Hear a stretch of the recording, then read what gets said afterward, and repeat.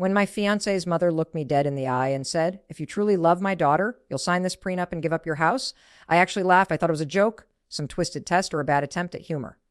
But she wasn't joking. She slid the paper across the table with this smug, rehearsed expression like she'd been waiting for this exact moment. My fiancé just sat there silent, eyes darting between us. That's when I realized this wasn't her mom's idea alone. My fiancé knew. She agreed. And right then, I felt my heart crack in a way I didn't even think was possible.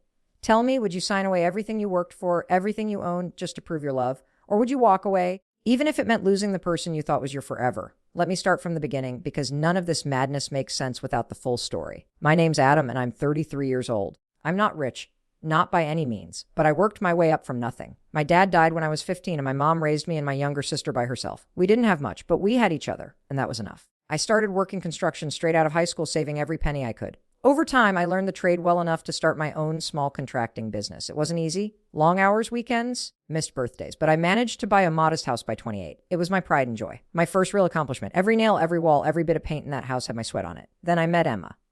God, she was like a spark in a quiet room. She was warm, funny, and ambitious. We met at a charity event her company hosted, and somehow we just clicked. She worked in marketing, polished and elegant. The complete opposite of me, the rough. Around the edges guy who came straight from a job site. But she liked that about me. Or at least that's what she said. For the first year, it was perfect. We laughed, we traveled, we dreamed about the future. She loved that I was hardworking and grounded. She said she admired that I built my life with my own hands. And when I finally proposed after 2 years together, she said yes without hesitation. I thought I'd hit the jackpot. But then came her family. That's when things started to shift. Her parents were different. Her mother, in particular, was this high society woman who looked down on anyone who didn't come from money. She'd make little comments whenever we met. Things like, "It's cute that you have your own business." Or, "You must be so handy." That's useful. The kind of comments that sound polite but drip with condescension. Her dad was quieter, more reserved, but always seemed uncomfortable around me. Emma used to roll her eyes at their behavior, telling me not to take it personally. "They just have a hard time with anyone outside their circle," she'd say. I believed her. Until the engagement party. That night, her mother made a toast. Something that started off normal but ended with a sting. She raised her glass and said, "Here's to Emma finding someone who loves her enough to give her the stability she deserves." Then she looked right at me when she said, "Stability." Like it was a reminder that I didn't measure up. The room chuckled politely, but I felt my jaw clench. I wanted to speak up, but Emma squeezed my hand under the table and whispered, "Please, not tonight." So I let it go. I shouldn't have. A few weeks later, Emma told me her parents wanted to discuss the wedding details. I assumed they were talking venues or catering, so I agreed to meet them at their house. But when I walked in, the atmosphere felt off. Her mother sat at the head of the dining table, a folder neatly placed in front of her.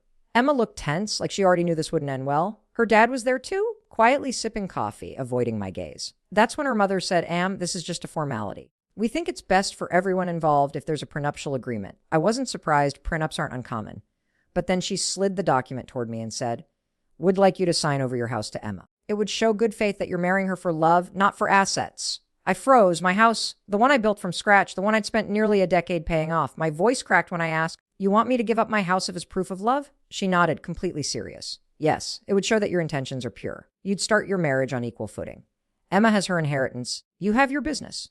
But this house, it complicates things." I looked at Emma, waiting for her to laugh or push back. She didn't. She just sat there, eyes glossy, whispering, "It's not a big deal, Adam. It's just a house. Just a house." I couldn't believe what I was hearing. That house represented everything I'd worked for. It was the physical proof of my entire life struggle, and she wanted me to hand it over like it meant nothing.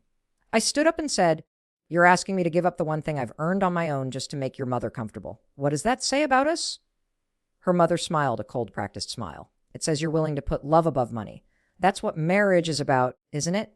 I walked out that night, drove around for hours, trying to process what had just happened. I wanted to believe Emma was just caught in the middle, that maybe she'd been pressured into agreeing. The next day, she came over to talk. She cried, told me her mom was just being protective, that the prenup wasn't a reflection of her feelings. But she also didn't say she disagreed with it. That's what hurt the most. She said, "I just want to make my mom happy before the wedding. Once we're married, but it would matter." To me, it already did. Still, I loved her. Against my better judgment, I told her I'd think about it. For the next few weeks, I replayed everything in my head, every comment her mom made, every red flag I ignored. My sister, Sarah, was the first one to say what I was too afraid to admit. "Adam," she told me, "they don't respect you. They're trying to control you before the marriage even starts.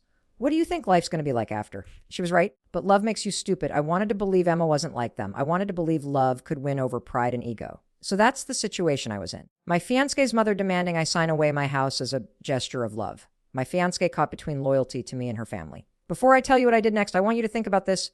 What would you do in my shoes? Would you sign the prenup to keep the peace? Or would you walk away from the person you thought you'd spend your life with? Pause for a second and let me know in the comments, because this is where things get really complicated.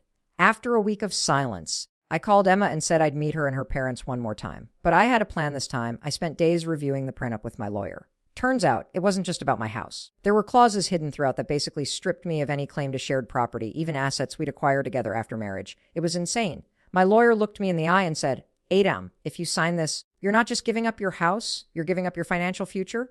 That was all I needed to hear. When I showed up at her parents' house again, her mother greeted me like everything was fine.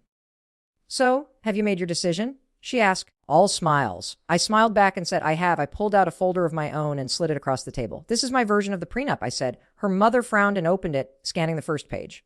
What is this? She asked. I said, it's a prenup that ensures both parties keep what they own. No one loses their house. No one loses their inheritance. We start equal, like you said. Her face tightened instantly. That's not what we discussed? She snapped. Emma looked nervous, glancing between us. Adam, this isn't necessary. I cut her off. You said you wanted equality. This is equality. Her mother slammed the papers down and said, you're being manipulative.